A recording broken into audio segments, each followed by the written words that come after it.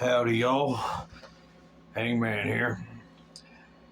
Been kind of slacking off on the videos and whatnot.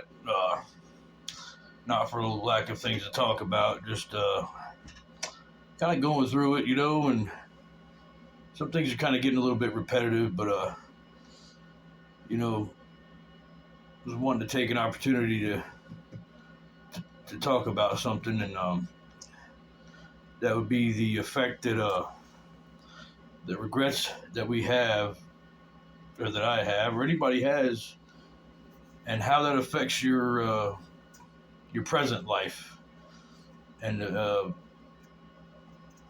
how it affects the people around you in the now, as a result of your thoughts or your process of your history or things that have happened or that have taken place in the past. This is a very specific issue. I'm sure it is for a lot of people, but some people go to different lengths and to different extremes when it comes to trying to make up for something or trying to replace something that they once had, or to something that they never did have that they may have wanted. Well, see, and I'm guilty of this as well, and as much as anybody, but if you experience something, I think that you have every right to experience it how you want to experience it, or imagine it how you think it might have been otherwise. But to build an idea of a person or a thing or a situation in your head,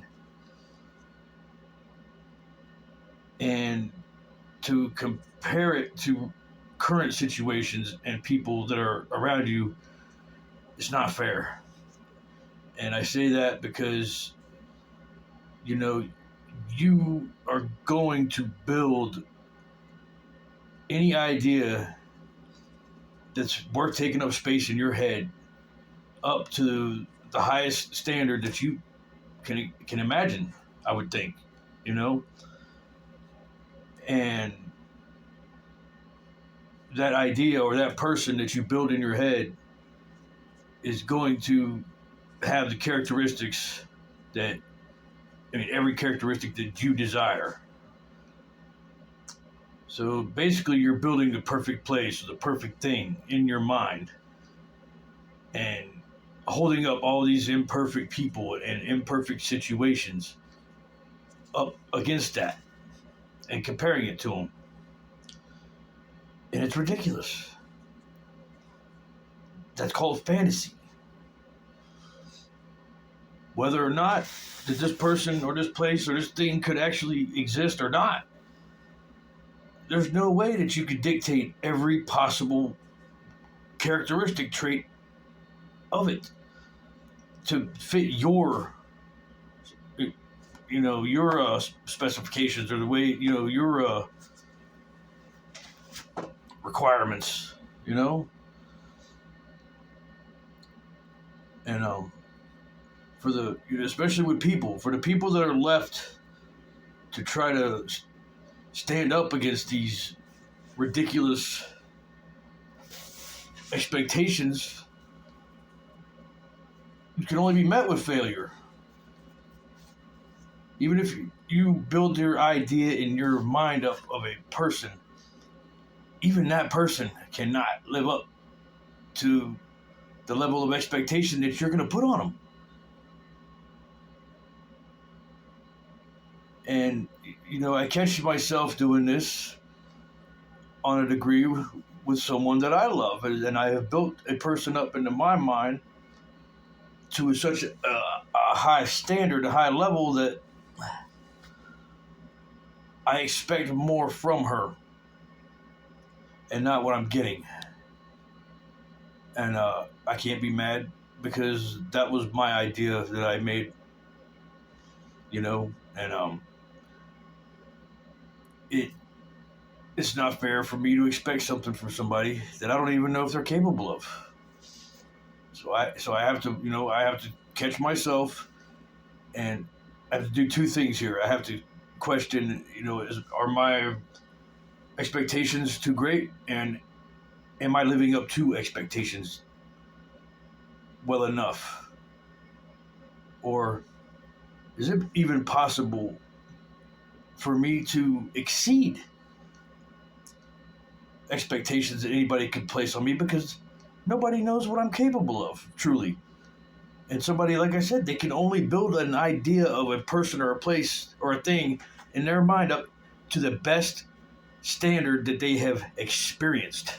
And from my experience, people, there's not a bunch of high standards out there. So there's in a lot of ways, it's not hard to meet or beat someone's expectations of you. And I got to thinking about this, and it's been a huge life lesson for me. And the lesson lies in not repeating the mistake of falling victim or creating a victim of this fantasy. Fantasy is not real. Fantasy is nice to go somewhere and visit this and that, but there's nobody there.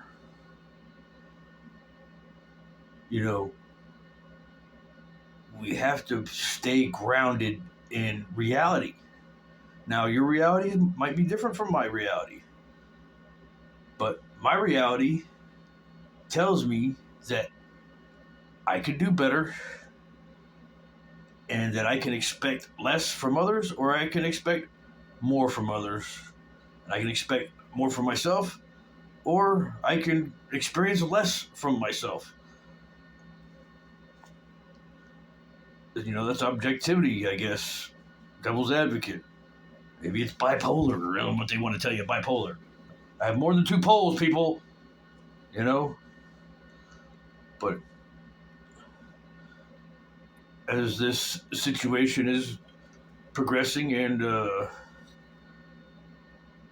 I'm seeing things in myself, I still am catching things in myself here and there that I don't find, maybe I built myself up to and failed to meet, I guess you could say. Because I haven't been living up to my own expectations of what I should be doing. I've accepted the bare bones to the point where, okay, now I only stand for something when it means something big. And it's like there's everything in life is everything in between. That is life. Very rarely do I ever come across something that's a huge principle, or there's something that's a huge battle, or no, man. And that's where I'm fucking up. I'm missing all the little skirmishes, all the little battles that I'm not taking place in, so that I can win a big major battle that I probably never even make it to.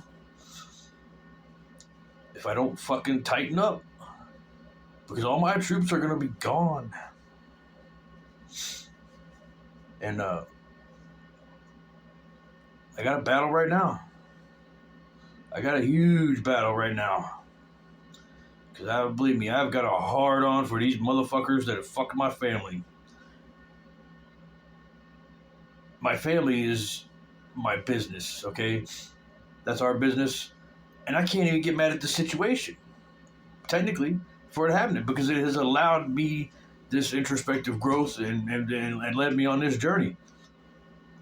But I'll be goddamned if I'm just going to sit back and take a fucking from people who used lies to take and separate, try to break up my family.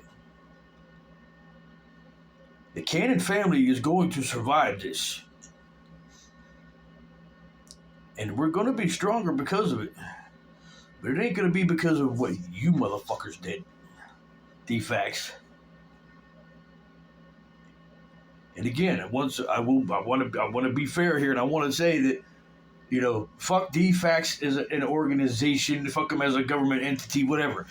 I respect the people that are real people, if there are any. I mean, I haven't met any personally, quite fucking yet, but I have no doubt that there are some genuinely good people somewhere in an organization that is, tasked with protecting families and preserving children and families and whatnot. Somewhere, I'd like to meet you, by the way, if you're out there, because all these slimy motherfuckers, y'all could kiss my fucking ass.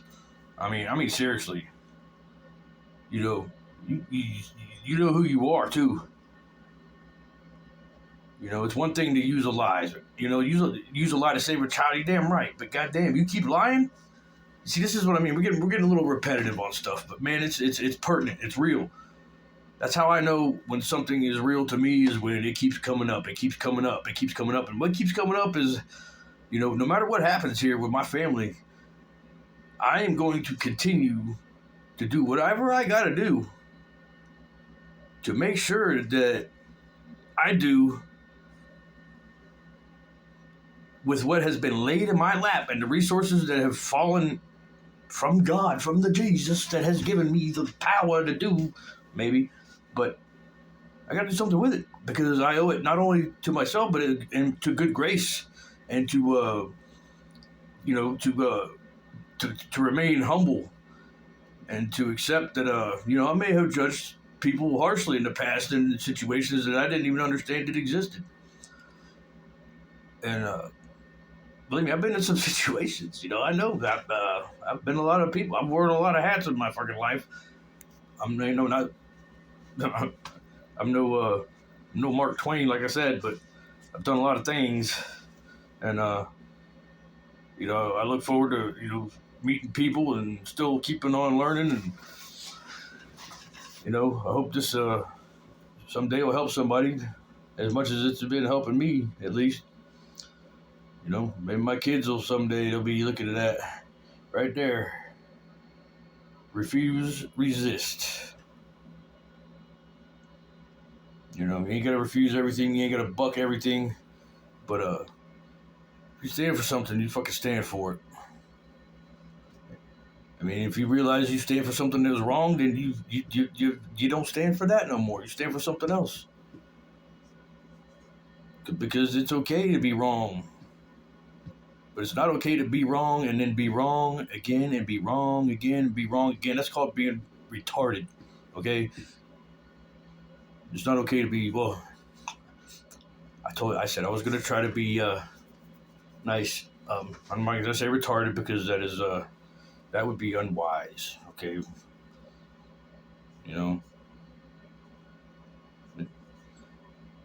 Hangman's Diary.